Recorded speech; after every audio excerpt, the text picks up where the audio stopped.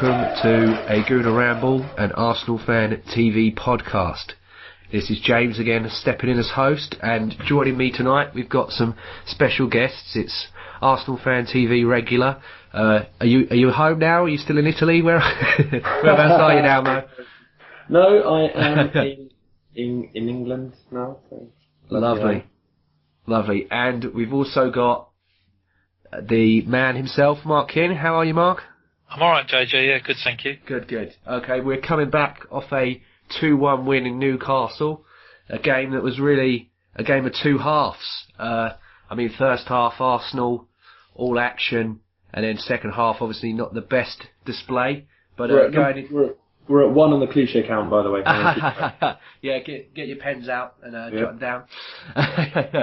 But what did you guys make of the game? I know, obviously, it, like I said, game of two halves. I'll go to you first, Mo. What did you make of the performance out there?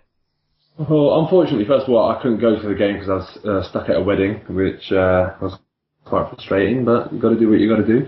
And the stadium I really wanted to go to, you've got a lot of time for Newcastle fans, and I've always kind of liked the club for some reason. But when it comes to Arsenal-Newcastle, no time for any of that. I was desperate for Arsenal to get the win. And also, my conclusion on the game is we did just that. It's, as you said, the two halves were distinctly different. The first half, we seemed to be, doing very well, attacking at will, looked really, really dangerous. And then football's amazing in terms of what momentum, how momentum can shift and what that can do to a team. It can basically change, the whole team's makeup and their confidence and just make them look a shadow of what they looked, just 5 minutes before, just one moment in a game. I remember when we had Vieira, it could just be something as simple as a crunching tackle and the whole momentum shifts. I don't know what happened at half-time, I don't know what happened in their dressing room, but they came out a different team, and I do think we were lucky to come out with the 3 points. But the point that I made on Twitter after the game was, look, it's no good just slating the second half performance. Of course, you give it a bit of objective criticism, but let's not just slate it, because for years and years and years we've been begging for a team that knows how to fight. And if you don't fight, you never ever get a result out of them games. And I thought, look, it's two halves. One of them we've done the business, the other one we haven't. But ultimately we've dug a performance out, and I really think a couple of years ago we wouldn't have got a result out of that game. So just how after the Monaco game, I refused to appraise the second leg in isolation. I'm also going to refuse to appraise the second half in isolation. The Monaco tie was over 180 minutes. This Newcastle game was over 90 minutes. And if you take it on the whole that you need to look at in order to get a result, ultimately I'm not going to complain, because we showed two sides to our game. We fought in the second half and we played very good football and were very good in the first. Okay, yeah, I couldn't agree with you there. Yeah, totally agree. Mark, what about yourself, mate? Well, it's funny. I had to work in the morning, so I didn't catch the first half. I kept in touch with the first half through Twitter.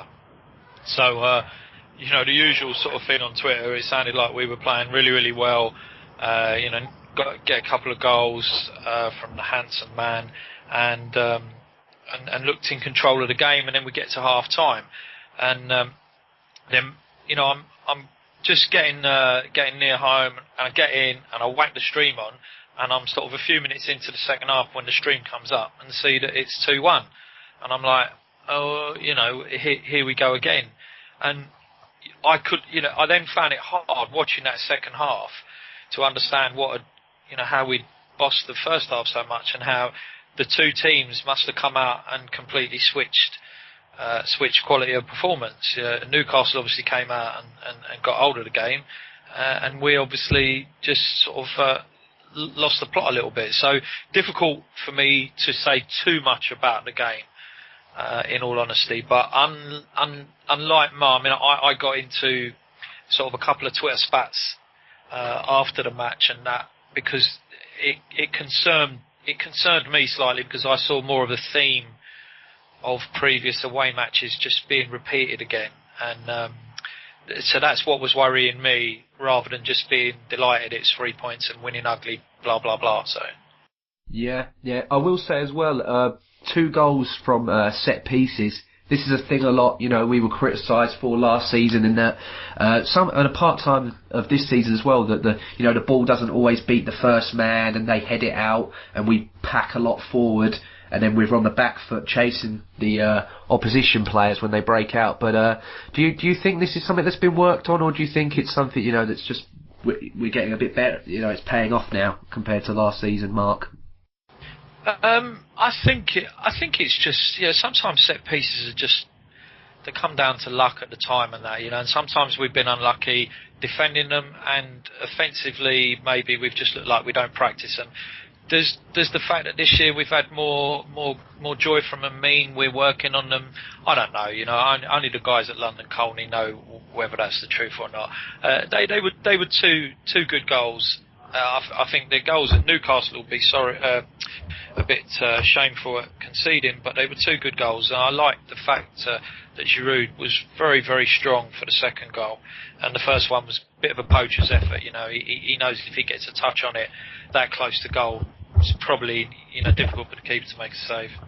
And would you give it as a Welbeck assist, or do you think his header was a bit off target and he was lucky he hit Giroud's leg? No, I think Welbeck's heading the ball towards goal, and I think it's definitely got to go down as assist, as he's the last man to sort of play it before the player that scores it. Yeah, and Mo, what do you think on the whole set piece debate? Do you think this is something that we've been drilled a bit on more? I mean, we have definitely we've always had the height there, but with Danny Welbeck as well, he adds a lot of height considering he's playing on the wing for the majority of the game. Do you agree, or?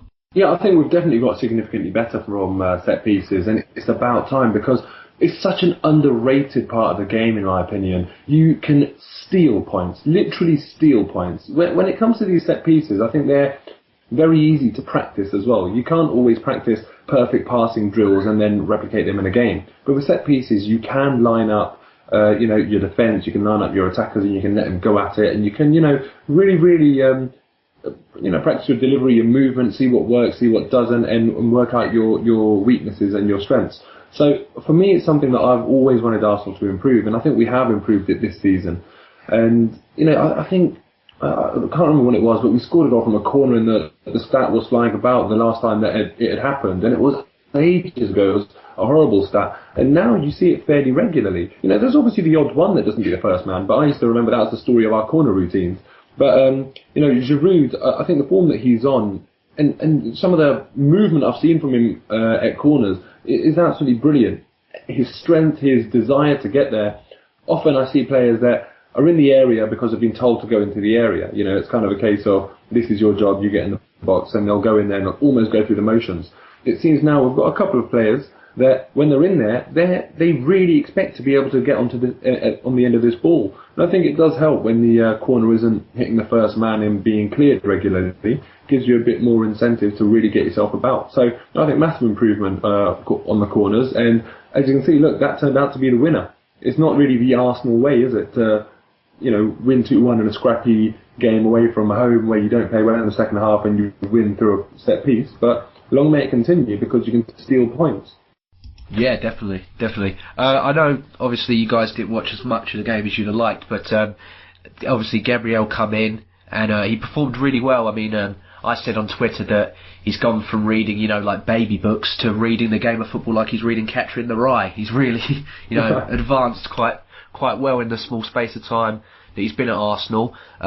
What did you make of his performance? I mean, do you guys think Mertesacker now, was he dropped just for a fitness reason? Obviously coming back from the Monaco game, and was it tiredness, or do you think Wenger now maybe sees in the Premier League that Gabriel and Koscielny are his strongest two partnerships? I'll go to you, Mark, first on that.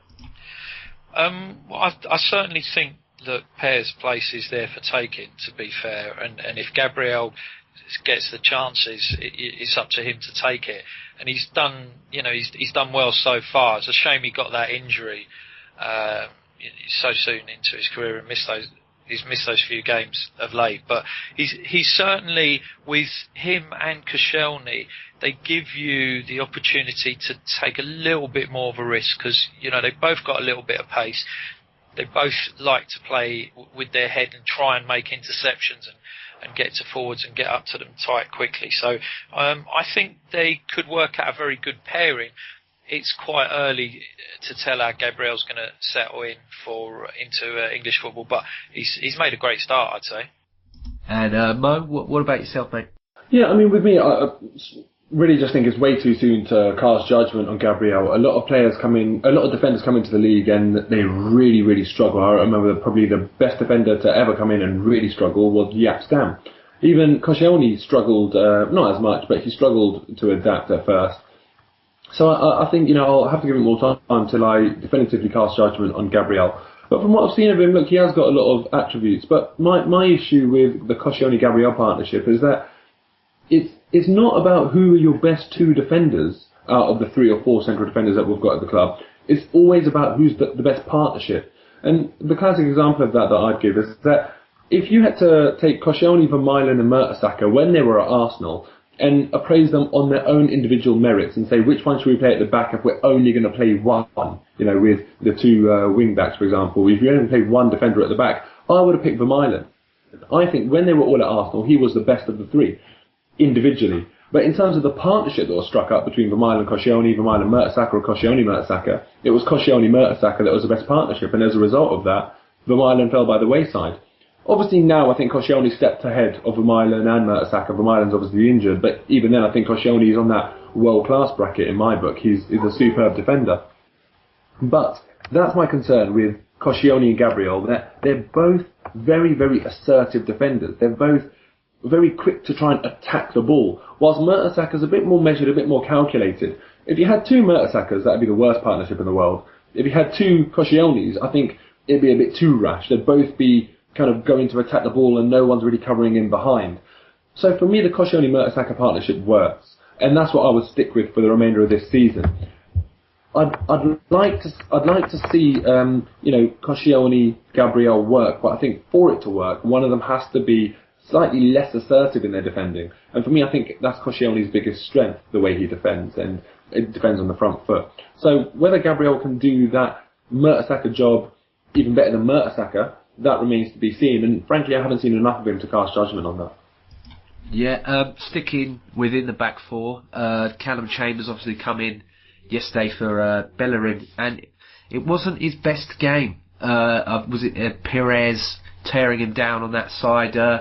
Do you think Callum Chambers' mark at right back is an experiment that, although it's nice to have 3 good right backs in the club in Debuchy, in Chambers and in Bellerin, but do you think more now that it's not worked out and maybe focus him as a centre half? What do you make of Chambers at right back?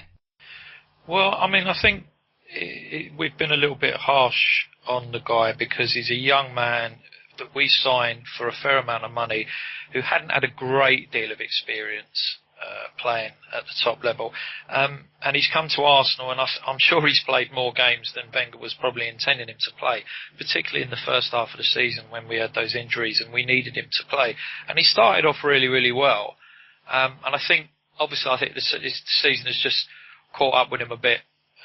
He wouldn't have had a proper summer break either, so I'm not surprised he looks a bit leggy, but certainly at right back I think he's getting found out.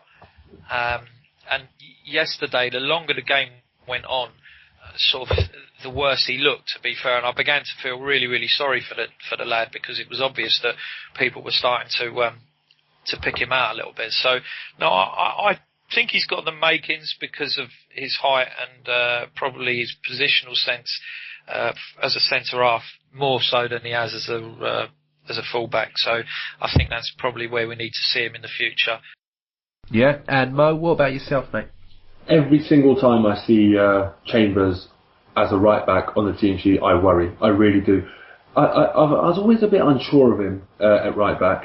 And when we played that game against Swansea, and I think it was Montero, if I remember correctly, tore him a new one. And on Sunday League, you'll see kind of a team's best player, tricky little winger, absolutely roast a right back or a left back.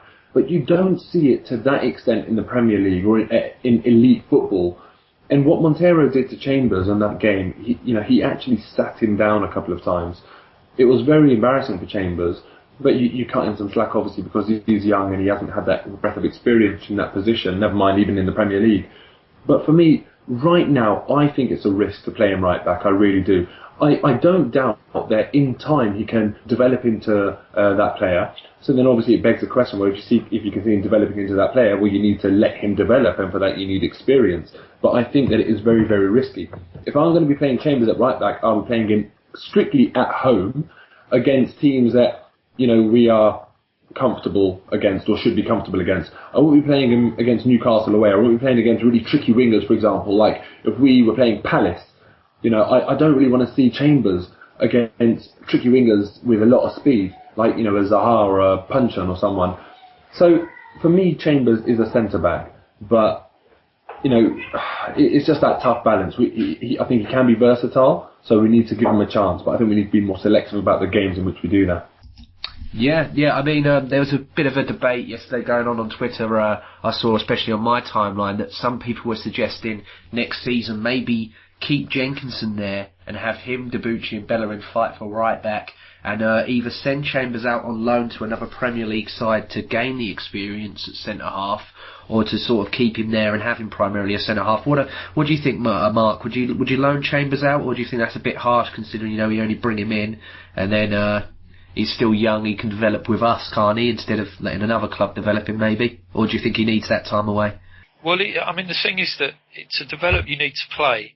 I think we've seen that with so many players, and if he's not going to get game time because he's going to end up possibly fourth choice centre half behind Koscielny, Gabriel and Mertesacker, then he's not going to get that many games. So you do kind of think, well, look, we don't need him to cover the right back position, because if you've got Debuchy and Bellerin, and you could bring Jenkinson back for that, then you could say, well, you've got more than enough cover at right back. Could Jenkinson be a fourth choice centre half? To be honest, he's got a lot of the physical attributes, but he's not really shown any inclination to becoming a centre half so far. So I don't know. It's a tough call. Send him out with the understanding that he's getting a full 6 months up to January, maybe playing for a decent Premier League team as a centre half. Then I think it's worthwhile, but what does it say to the boy? How does he react to it? Difficult decision, I think, to be honest. And Mo, what about yourself? With me, when we signed Jenkinson, £1 million from Charlton, no one else was in for him. I kind of thought it was a very strange one, because at this level of football, if there's someone worth having, everyone knows about it. Quite simple as that. Maybe it's an exceptional case, but that Martin Odegaard, every single club was in for him, and he chose Real Madrid. The fact of the matter is, with Jenkinson, no one else wanted him. It was a bit like Sanogo, and so I was really looking to see what Wenger saw in Jenkinson and what it was that made him sign him. And unfortunately, when he was at Arsenal, I rarely saw it. I mean, the boy's got a great cross on him, but defensively, I think that he was lacking. What I'm really happy about, though, is that since I've seen him at West Ham, he's actually done really, really well. I've been really pleasantly surprised. So now that's kind of made me think, well, you know what, maybe I'm wrong about this. What I've seen of Jenkinson at West Ham, I think he's done better than Chambers at right back. Than Chambers has done for Arsenal. And on that basis, when I think to myself, well, in that case, surely Jenkinson would be a better shout for right back, or maybe right back next season.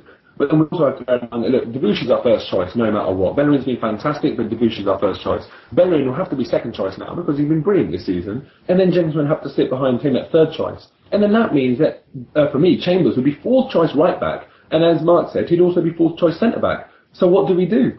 I think we've got a choice to make between Jenkinson and Chambers. And for me, I think Chambers has got more promise. So I would personally be comfortable with letting Jenkinson go permanently to West Ham. And then we'd have Chambers, so I think we'd get plenty of game time if he's fourth choice centre back and third choice right back, with a rotation policy in the squad. So, my only concern is he will get game time, but will it really be enough? You need it to be week in, week out. A loan option is another option next season, but I almost think, is Chambers maybe slightly too good to be going on loan? Overall, if I had to make the decision now, I would put him on loan. I'd have Debuchy and Bellerin.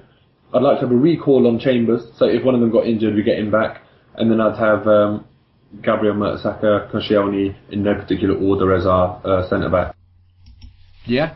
Yeah, fair assessment. Well, second half, obviously we talked about it. A player that we've been linked with in Moussa Sissoko scores the goal. A very tidy, finish as well. And Remy Cabella had a shot as well towards the end, which Ospina produced another great save to add to his repertoire. But mainly second half, what a lot of people talked about as well was Wenger took off Danny Welbeck, brought on Bellerin to shore it up, brought on Flamini beforehand for Sanchez, and Theo Walcott left again on the bench. I'll go to you first, Mo. What do you think it is with Theo Walcott now? Do you think it's a confidence thing? Do you think it's still a fitness thing? Or do you think maybe, the ramblings in the media and elsewhere, the old rumour mill, do you think that he could be off? Or what do you make of the whole Theo Walcott situation, mate? Well, look, it's a really tough one. I heard a rumour that we've offered him a pay cut. Now, if that is the case, that is just... It just doesn't happen. You don't offer people pay cuts in any industry, in any profession. You don't do it. Look, if there's a recession going on or something and people get a pay cut, then it's very exceptional circumstances. But what it does to a person, if I take my example, at work, if I was told that we're going to actually give you a pay cut, I wouldn't stay around. I would not stick around. I would leave. It's an insult. It basically says your performance has been below expectation. Now, for a player that's been injured for so long, to offer him a pay cut is just unthinkable. It's not the done thing, and I think if that is the case, then he's gone. He's out the door. I really, really do not think he'll take a pay cut. I'm not saying he deserves a pay rise. That's very, very different to a pay cut. I think there's a good chance that Walcott could leave, and one of the reasons for that is that he's actually a Liverpool fan. So the rumours of Sterling leaving Liverpool, Walcott's a tailor-made replacement. If the question is, do I want Walcott to leave? Absolutely not, because I think that he's quite underrated by Arsenal fans. He really, really offers something that not many players do offer. He alters the whole defensive shape of our opposition, and he gets his fair share of goals and fair share of assists. I know he hasn't been playing a lot since he's been free from injury, but then my theory on that is that it could be an element of squad management from Arsene Wenger, because if you put Walcott in as soon as he comes back from injury and he plays 90 minutes, in his mind, he's there to be selected now. There's no reason why the next game he shouldn't be there. And if you look at the timing of it, Welbeck scored that winner against United. Welbeck's been doing all right, to be fair to him. I don't think he's blown anyone out the water or anything, but he's been doing all right. Arsene Wenger does keep faith with his players, so it'd almost be a bit counterproductive, I think, to drop Welbeck. I think it's much easier, in terms of squad management, to introduce Walcott back into the team a little bit slowly, and therefore no one's annoyed that they're on the bench. Because with Walcott, Wenger can say, look, we're going to nurture you back to full fitness, we don't want a recurrence of the injury and this sort of thing. And I think it's a lot more palatable for a player to hear that, rather than, yeah, you did really good last week, but you dropped anyway. So I think it might just be a bit of squad management. But I think now the truth will come because in the next few weeks, because Walcott, you can't use this excuse over and over again. Walcott will get his match fitness and then he will expect to start. So we'll have to see what happens with that. Currently, I wouldn't say that it's necessarily something as significant as you're not playing because you haven't signed your contract. Walcott will be chomping at the bit to play if he wants a new contract, if he wants an improved contract. And we saw that with him when the last contract renewal came. He played out of his skin. He played really, really well. And, it's cliche number 2, I guess, of this podcast, because people play for a new contract. So really, it's almost like when someone's in that position, you don't need to give them a team talk. You just say, get on the pitch, show me what you can do. If you're on that contract, prove it. So I almost think that it is maybe not the most sensible thing to not play Walcott, because he should be playing out of his skin. But, as I say, my theory right now is that it's a bit of squad management, and I do expect to see him in the squad in the coming week. And Mark, I'll ask for your opinion on Theo. Do you feel 26 now with the injury that he did have, do you think Arsenal fans have seen the best of Theo Walcott? Or do you think there's more to offer, but maybe would it be when he does leave, like so many others, he will start to show, and then we'll finally go, that's what we've missed this whole time? Or do you think Theo Walcott's possibly a spent force? I don't know about him being a spent force, but I personally wouldn't see Walcott tearing up any trees if he left, to be honest. I understand what Mo's saying. I think there's a lot of factors at play here with Walcott. I think one of the problems is, yes, he's come back from a very bad injury, and he doesn't look anything like the same player at the moment. I know he's only had fits and starts, but he doesn't look the right player. Doesn't look like his head's right. He looks a little bit like he's hiding in certain games. He's not getting the ball and driving defences the way he used to.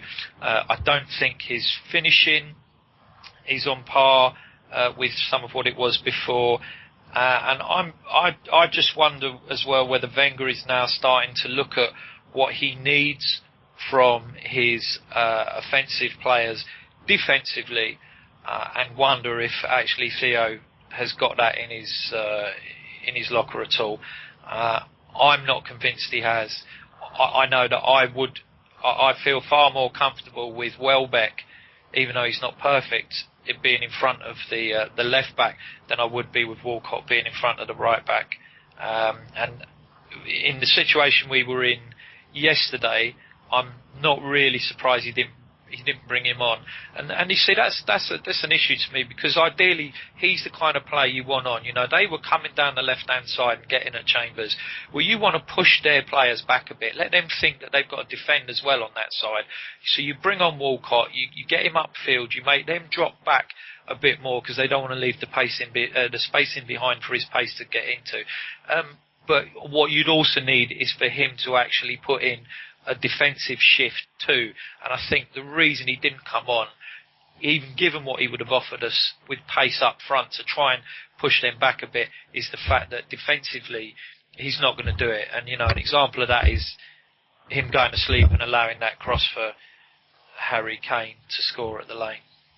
You know, Mark, it's a really good point what you make in terms of Walcott not kind of driving at players and almost hiding a little bit.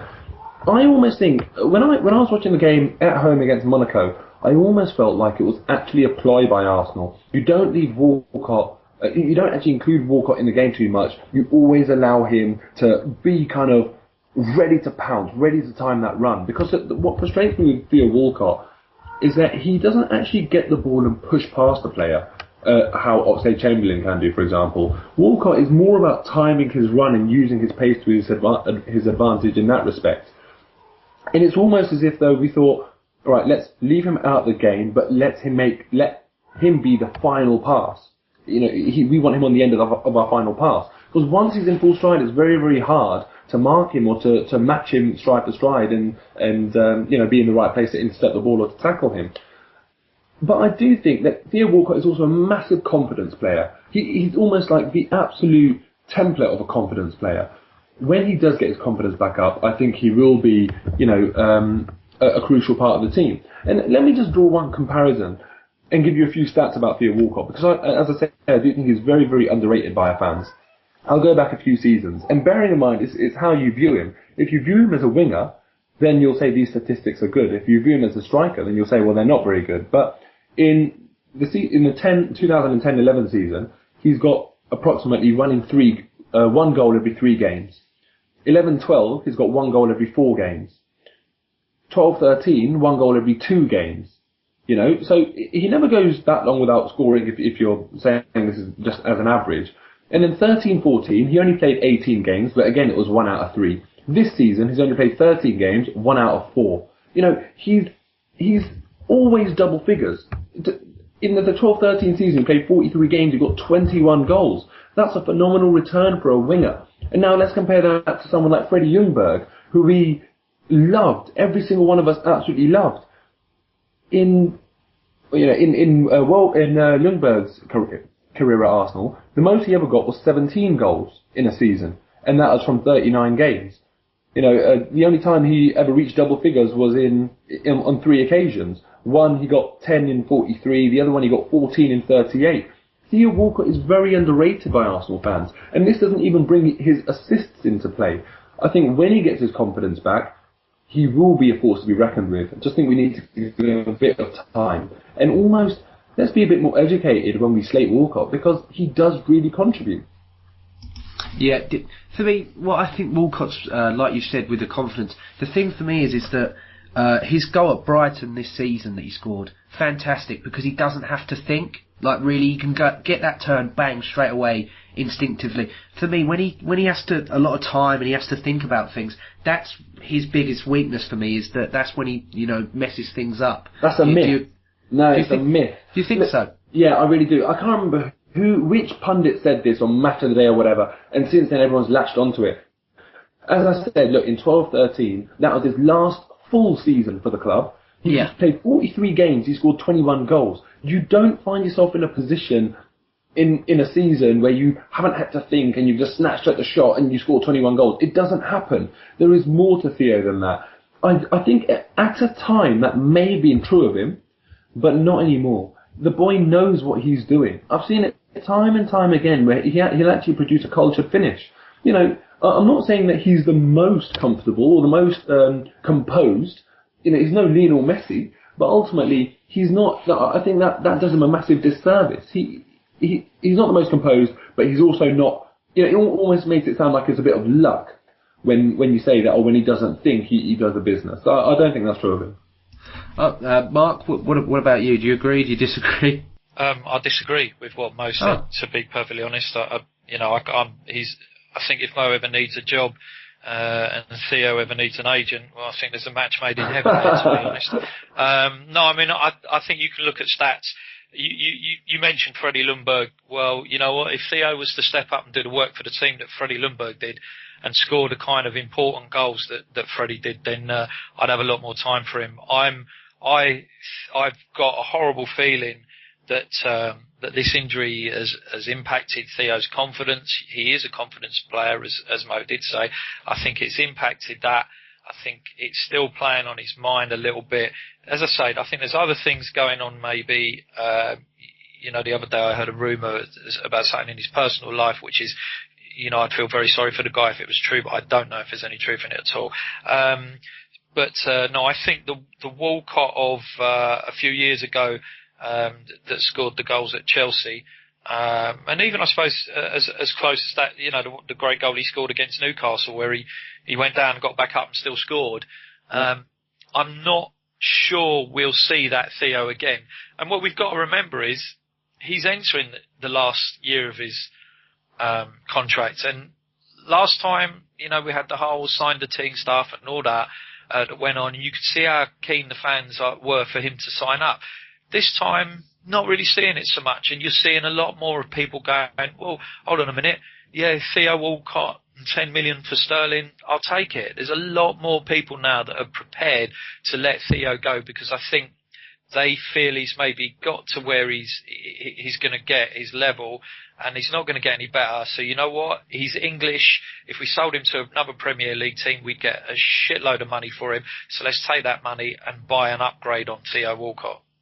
Is Sterling really an upgrade, though? I mean, today, I don't know if you saw the game against Stoke. Did he even play for Liverpool? Yeah. I didn't see him all game, Sterling. It was non-existent. And Sterling at one time was absolutely brilliant, but let's not forget, at one time, so was Andros Townsend, and so was Aaron Lennon. There's something about wingers, I don't know what it is, these tricky English wingers, they just fall off the face of the earth, in terms of form. So I don't know about Sterling. Look, the boy's definitely got talent. He's very, very young. But is he the type of player that's going to get you 20 goals in a season like Theo can?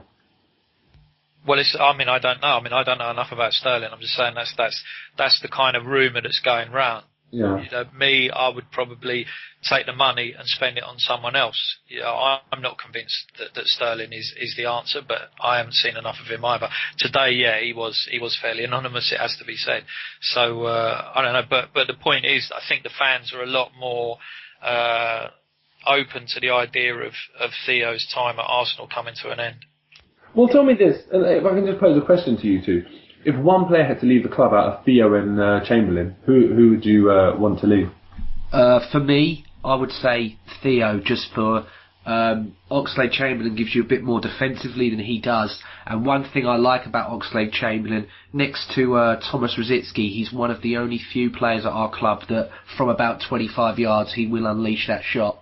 The others will more so go for a pass. I think Chamberlain does like to hit it from range, so that's why I'd keep him. I couldn't agree with JJ more, to be honest.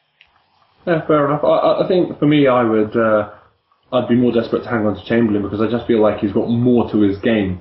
And I guess the thing is, we haven't seen Chamberlain in that position on the wing consistently enough, game in, game out, to know whether he can do the job that Theo does. But, I mean, I think, look, it does tell a story that I think we're all saying we'd rather keep Chamberlain at the club. But I'd be nervous to let Theo go, because I can imagine him rediscovering his form elsewhere. It's happened so many times, hasn't it, with other players that we've let go, and they've got sort of resurgences and, you know, come back around and sort of bit us on the arse per se. But just quickly, I know you mentioned about being a confidence player, Mo. He's obviously been, you know, Coquelin Roy's picked him for the England team. Lithuania next week. Do you think he'll be in the lineup? Maybe if he gets a few goals there. You know, obviously, you know, you can never tell with England, but I'm not fretting over Lithuania by any means. Do you think if he knocks a few in there, he you know, Wenger might go, you know, Liverpool?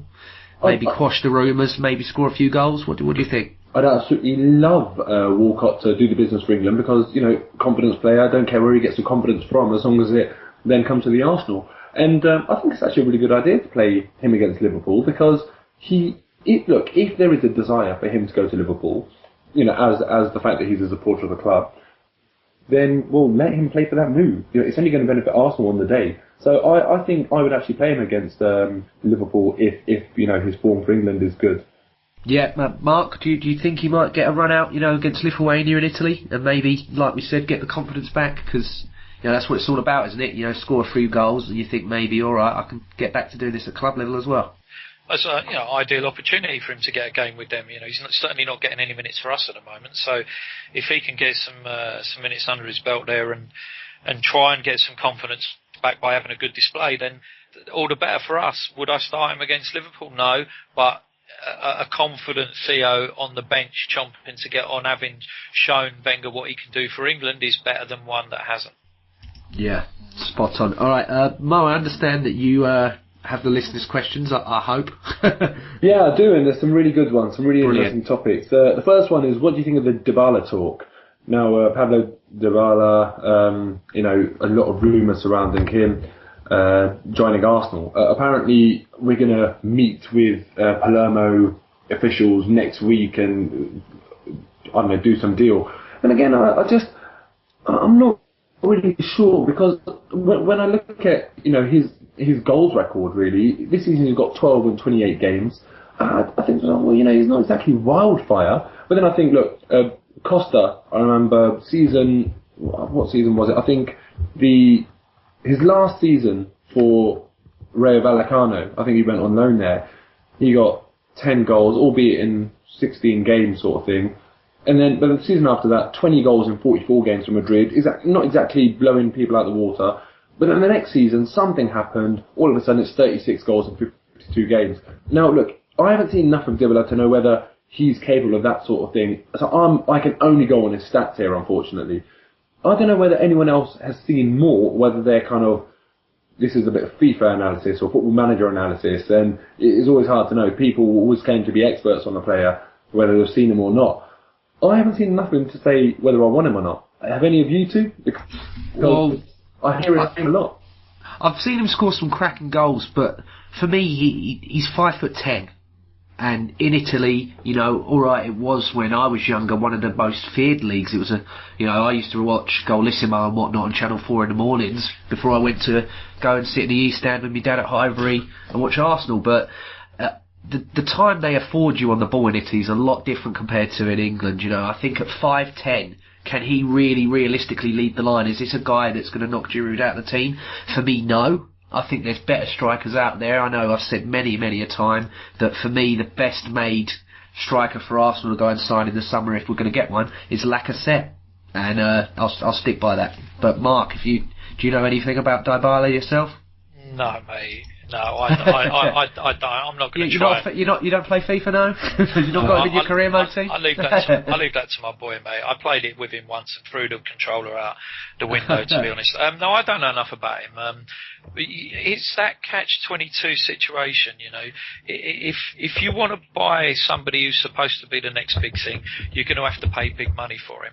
And it's a huge chance, because we've seen so many times teams have bought these players thinking that's going to happen, and it doesn't work out. But you know what? If back in 2007 we'd have spent 10, 15, 20 million on a young guy playing for Groningen by the name of Luis Suarez, I don't think we'd have been complaining too much a few years later. True, yeah. So you know, it's always going to be a gamble, and it can go right, it can go wrong. Who's to say? But the thing is, he's a 30 million gamble. I haven't seen enough of him, quite simply. So it's very hard to pass judgment on him. But you talk about the height thing. I'll just mention that Ian Wright was 5'9", Sergio Aguero is 5'7". Lionel Messi, he's 4'2". There's always these players that these things become irrelevant, and I don't know if Dybala can do it. Yeah, I can see what you mean there, but you look at Aguero, you look at Ian Wright. Aguero come from Spain, where there is a bit more physicality, and there isn't as much time afforded to the ball as there is in Italy. So that's where it would come for me. I think maybe he might struggle with the physicality and the rigours of the Premier League, because they are going to kick him about, and they will chomp at his heels and whatnot, because he's a new striker into league. I could be completely wrong, but that's one of the main ways I'm looking at it. Maybe I'm in the mood to argue, but Gianfranco Zola, Yeah. I do see your point. English league is very tough, very physical, but the height wouldn't necessarily put me off. I'd happily get someone. Look, Carlos Tevez, for example. Someone like that. There are players. I know you mentioned Italy, but that's why I mentioned Zola. Maybe he can. I just haven't seen enough of him. But I wouldn't say the height puts me off. It's just a 30 million outlay, and Arsenal we can't really afford to get players. Take risks on players and get these risks wrong, because we don't have unlimited funds. Yeah, I mean, 30 million. He probably would be the marquee signing if we were going to get one in the summer, wouldn't he? If it was going to cost that much. Exactly. We could do a podcast maybe next season, and we could be like, we've spent 30 million on a dud here. You talk about it. Lamella had a lot of promise from Roma. Yeah, Soldado. Yeah, exactly. Or Miss Soldado, as I like to call him. But yeah, is there any other questions you got there, Mo? Yep, really, really easy one. I don't even think it needs to be asked. Messi or Ronaldo? Messi every day of the week for me. Messi for me. Mark? Yeah, I mean, it's. I think we're just fortunate at the moment to have two such brilliant players to watch, and it's interesting to try and compare the two. And I love watching the debate between the people who like them. I mean, I think Messi is the best player, but I like. I don't know. I've just got this. I just like Ronaldo for some reason. I'm not sure what it is, but I like Ronaldo. Diving? Is it the diving or the bitching at his own teammates? Maybe that's it. Maybe him shouting at Bale. I've just got this, something about him shouting at Bale appeals to my hating ex-Spurs players sense. But no, Messi's the better player, has to be said. And I think there's a lot to be said for Messi as well, because look, he's the best footballer in the world. Even if you want to just go by Ballon d'Or count to remove any subjectivity in the conversation, the bloke's incredibly humble, plays the game in the perfect way. Really, really plays it in the right way. No diving, no play acting, none of that crap. I just think he's, in my opinion, I really do think he's the greatest of all time. I think what it is I like about Ronaldo is I think he's worked really, really hard to get where he is, and also he has that ultra competitive streak, which is what makes him a bit of a shit. But whereas I think with Messi's just gifted. Yeah, agreed. Just completely from the gods. They gave him all the talent that 100 footballers elsewhere could have had. They just whacked it all in him. Where do you guys stand on the debate with Messi? I know it was quite rife on Twitter the other day that people were saying, if you take the orchestra away from Messi, so you take away people like Iniesta, Xavi, and all the other great players throughout his career that have do you think he would still shine? I personally think he can win games on his own, regardless. Without a doubt. That's such a ridiculous question. I thought that as well. When it was sparked up, I was just like, is this for real? I think it was someone tweeted it to Coquelin or something. I can't remember where I saw it, but I was just like, this is ludicrous, because this guy's class personified, isn't he? Yeah. Winning games all by himself. I think if someone put that question to Messi, I think he'd just laugh. If anything, other players are greater for the fact that they play around Messi. Yeah. Because you watch him every single game, when he has the ball, he'll hold on to it for a couple of seconds, 2, 3, 4, 5 seconds, and there's 3 or 4 defenders around him. That gives all the other players on his team so much space and freedom to express themselves, and so much easier when you've got all that space and time. Messi is absolutely incredible. I just can't believe people can question someone that's achieved what he's achieved. Yeah, and I'll throw one other quick question out there. Get your clipboards ready for the cliches. Can Messi do it on a cold, windy night in Stoke, lads? Can he do it?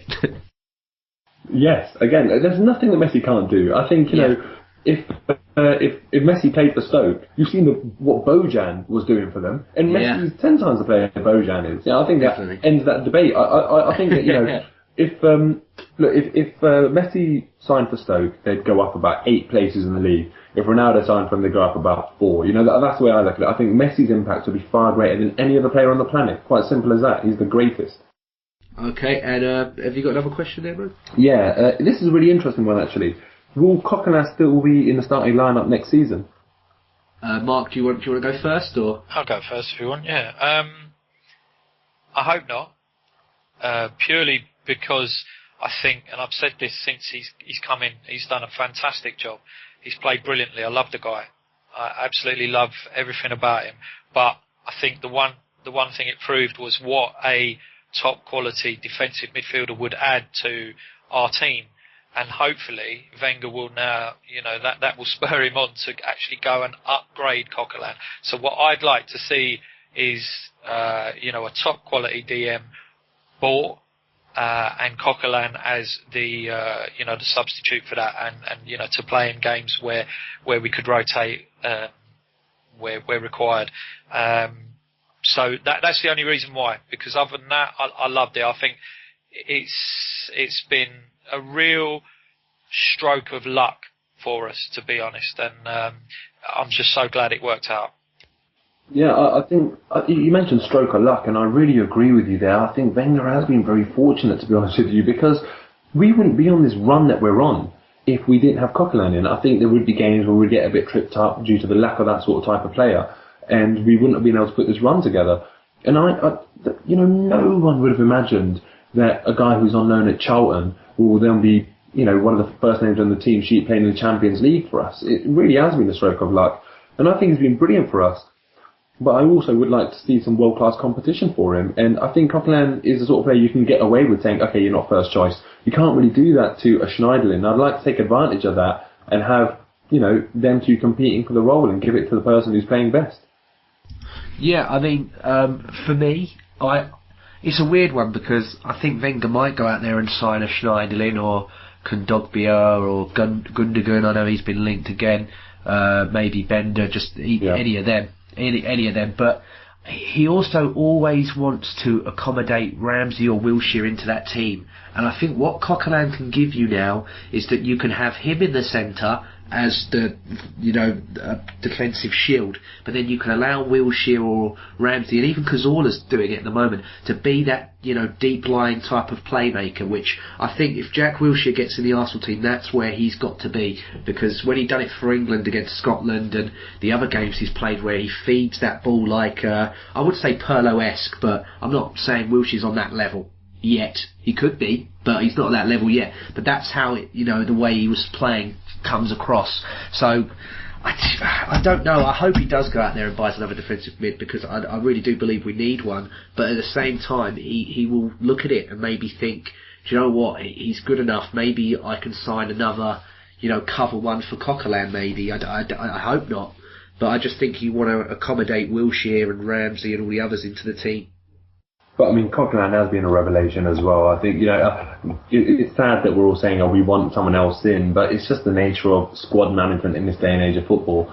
It's, when I say it, and I'm sure as like you guys, when you say it, it's no kind of, it's not to detract from what Coquelin has done. I'm definitely not knocking him. He's been exactly. amazing. Yeah, I think it's clear. I mean, even yesterday, he gets his nose busted again, bleeding. Still gets back out there chomping at destroy. It doesn't put him off. So. You can't blame that. He's always, and he's a fighter. He's a little fighter. Yeah, definitely. The other question is, Arsene Wenger, who would you like as his successor?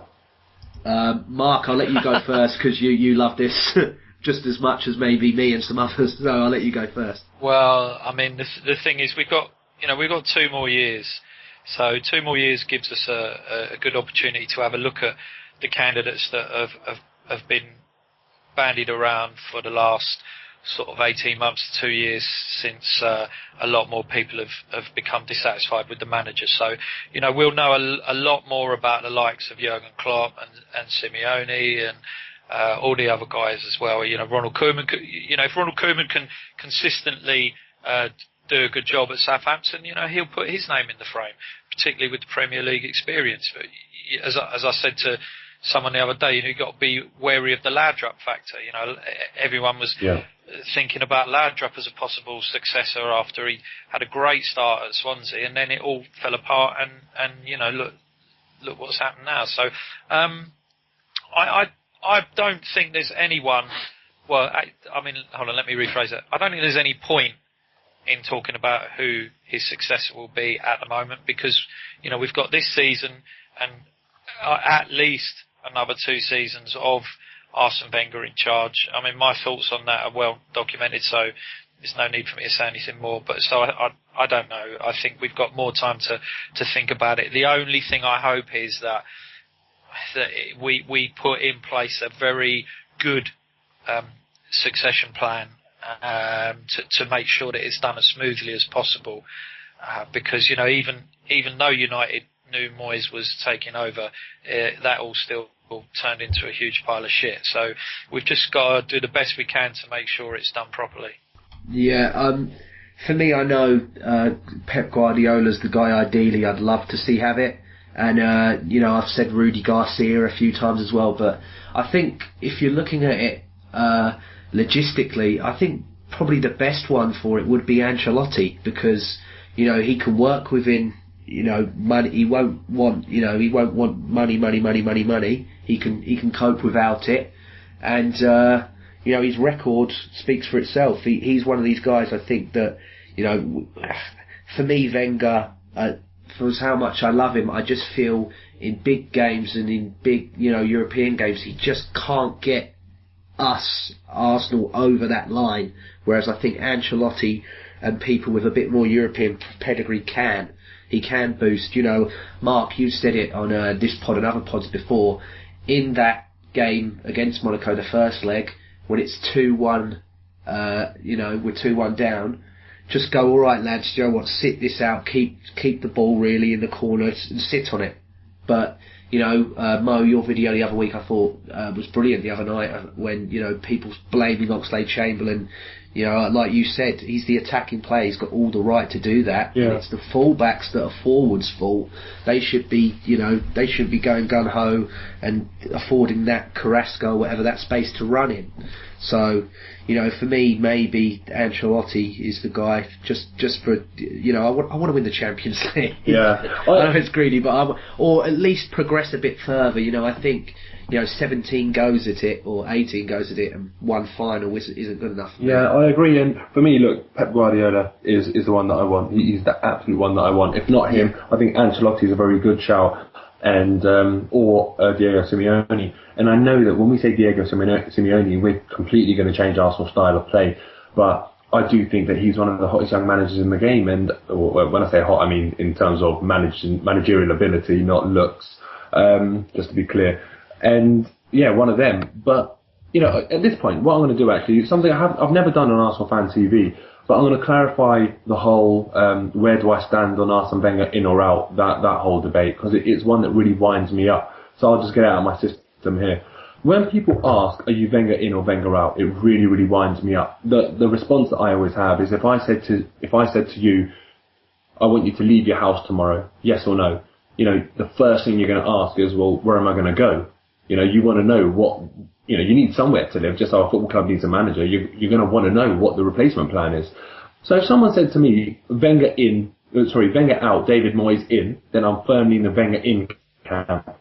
If someone says to me, Wenger out, Pep Guardiola in, then, unfortunately, I do think that Pep Guardiola is a better manager. And on that basis, I'd have to be fine, given that option in front of me. I'm in the Wenger out camp. I love Arsene Wenger. I've got so much respect for him and his achievements and what he's done for the club. But that conversation that people have is half of a conversation. If people want to kind of say Wenger in or Wenger out, and you don't know what's going to happen, there's not many men out there that can do a better job than Arsene Wenger. So in that case, I'm Wenger in, and this is why I don't sit there slating him. If we know we're in for Pep Guardiola, then yes, great. But there's not many men out there that'll do a better job than Arsene Wenger. And the proof of that is, if Arsene Wenger was to leave Arsenal, he would be snapped up immediately. I think Real Madrid would easily do a little swap for Ancelotti. Arsene Wenger's a great, great manager. And I think that now that he's having these resources coming back into the club, especially with the new Champions League deal, with the new Premier League money, and our commercial income going higher and higher and higher with the new sponsorship deals, I think Wenger can actually get back to his old self and deliver greatness. And it's much easier to have amazing tactics and amazing performances against the best teams when you've got players like Henry and Vieira. And I think that now we are actually going to enjoy, especially with financial fair play limiting other teams, we are going to enjoy the ability to really mix it in the transfer market for the best players. So we talk about Wenger's successor, but I'm still fully behind him. And when the time comes, that's when I want Pep. Can I just ask you guys a question though? You get some fans that they go, oh, if Wenger leaves, that's it. Arsenal, we're going to be struggling. It's going to be awful. They think we'd get someone like David. Why? Look what's there: infrastructure, training ground. I've got good players already. I've got a basis. Loads of people think if Wenger leaves, it'll be a mass exodus. I don't. I think some of them will go, well, do you know what? I'll stay and see what this new manager does. Look at Southampton. All right, a lot of them did go, but some of the key ones and some of the better ones went, well, I'll give Koeman a chance. I'll see what he's about. And, look at how they've done. They've really, improved. But for me, everybody thinks that we wouldn't get anybody. Why not? They're going to get paid well. They've got a great ground. They've got a great, it's a great place to live. You haven't got fans that won't let people onto trains. We're a cosmopolitan club. I just think, what manager, top tier, and I'm talking top tier manager, would look at Arsenal and go, no, I don't want that. He's got everything for him. Do you agree, Mark? Do you disagree? Or no, you're spot on, JJ. I think people definitely are scared of the unknown. Yeah, they underestimate the attraction of being the Arsenal manager. I think that top managers in world football would be crawling all over each other, stabbing each other in the back to try and get this job. This is without doubt one of the top jobs in football. The only thing that might put those managers off is the fact that they're following Arsene Wenger, because of the respect that he has earned amongst his colleagues and that. But I think they'd be absolutely banging down the door to manage this club for all the reasons that you've just said. So I don't know why people think we'll end up with a no mark. I have no idea at all, because it just makes no sense to me. I agree as well. And also, though the new manager would follow Arsene Wenger, he's also following a team that have got a lot more to achieve. Given the players that they've got and the infrastructure that they've got. So it's not like Guardiola following Hitzfeld at Bayern Munich, where you think to yourself, well, what the hell can I do better than what that guy did? There is improvement to be made. There are trophies to be won that Arsene Wenger hasn't won in recent years. There's a trophy to be won that we've never won. So I think that a manager can come in with so much of the hard work done for him in terms of, all the resources, the financial resources that managers want to have when they come to a club. That's all been done for him. And I think a manager can come in and actually have a massive head start. So I'm not concerned about struggling to attract the right manager. But what I'm concerned about, and I think there's a big lesson to be learnt from United, or Stoke, whatever they're called these days, but when they replaced their manager, they didn't do it with the right one. And I think we saw struggles in the transfer market and a man that wasn't big enough for the role. I do think that was the case. I mean, he wasn't really given a chance there. But I worry that if we get a Ronald Koeman, for example, there's not players that have that admiration for him where they say how Ozil did and how Sanchez did, that I want to work under Arsene Wenger. So that's the risk. But I think we can definitely attract a manager of the same calibre as Arsene Wenger. Yeah.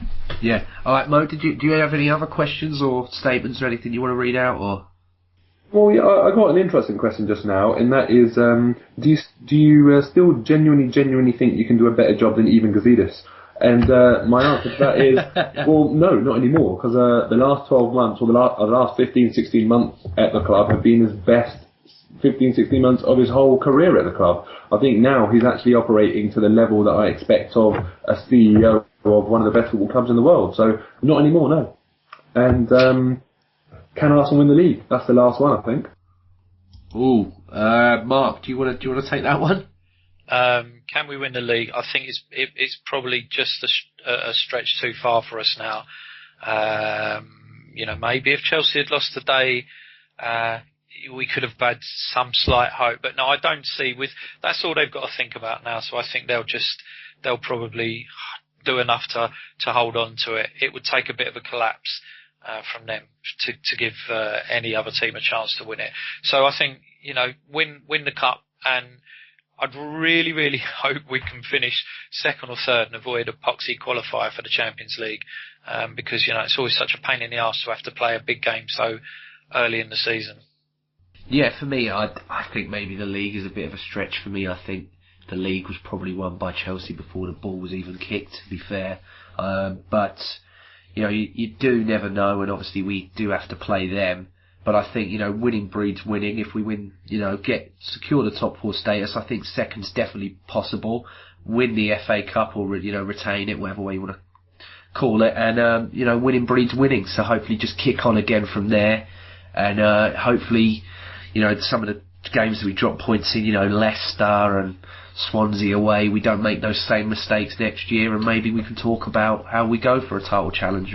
Mo, do you want to throw in your 2 cents? Yeah, the league is well and truly wrapped up. I think if Chelsea had drawn or lost today, then there might be a slight glimmer of hope. But even then, I think they'll close it out. They're out of all other competitions. I think that they'll close this league out. So unfortunately not. But I do have a really good stat for you to end this podcast on. We've been doing I think time's come up to about an hour on the podcast. Steven Gerrard could have been sent off 78 times in the space of this podcast. It's a fact. And he would have had to have done 78 apologies as well. Yeah, fair play to him for apologising. Yeah, that was good to see. It was good to see. But I'll wrap it up here. Obviously, the next podcast we will be doing, will be there'll probably be some midweek, but the one will be after the Liverpool game. So subscribe here, on YouTube, iTunes, or SoundCloud, and hopefully you can join us for that one. But I'll say thanks again to Mark. I know it was a bit late to start, but thanks for coming in, mate. Yeah, no worries. Thanks for asking me. No worries, and thanks to you, Mo. Thanks again. No problem, and also thanks to all the listeners, not the viewers, who sent in their questions. Appreciate that. Yeah. All right, guys. Yeah. So thank you, and goodbye.